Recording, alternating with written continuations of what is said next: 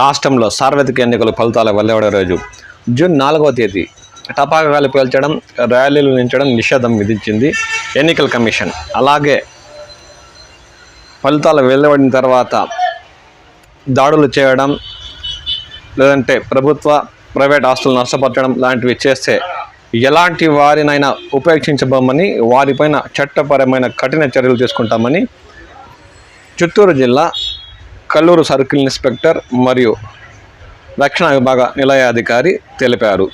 ఈ సందర్భంగా వారు పొల్చల మండల పరిసర గ్రామాల్లో కవాతు నిర్వహించారు. మిలిటరీ బలగాలతో గ్రామ పురోగతుల్లో స్థానికులకు ధైర్యాన్ని ఇస్తూ ర్యాలీ నిర్వహించారు. ఆ సంగతి ఏంటో మనం ఈ వీడియోలో చూద్దాం.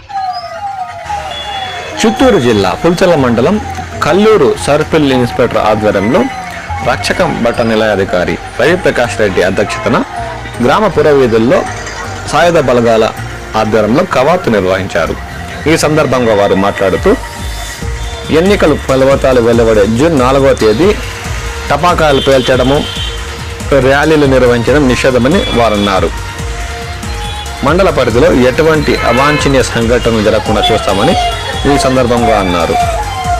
ఎన్నికల ఫలితాలు వెలువడిన తర్వాత గొడవలు లేదంటే ఎవరిపైన దాడులు చేస్తే సహించబోమని, ఎటువంటి వారిపైన సరే చర్యలు తీసుకుంటామని ఈ సందర్భంగా వారు హెచ్చరించారు.